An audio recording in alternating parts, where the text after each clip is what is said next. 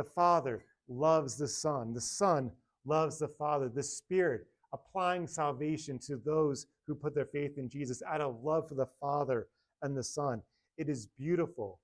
But then we also see the love of the Father raising his Son from the dead 3 days later, because the Father cannot leave his Son dead. But also we see the justice of God raising Jesus from the dead 3 days later, because that's just because, guess what? Jesus never sinned. And the consequence for sin is death. So Jesus couldn't stay dead. It was God's justice also raising him from the dead. It was God's love. It was God's justice. And now because of God's love and justice, we now have God's victory because of God's justice and love. And there's three aspects of God's victory. There's victory over the sin in you. Jesus died so you and your sin and your old self would die with Jesus.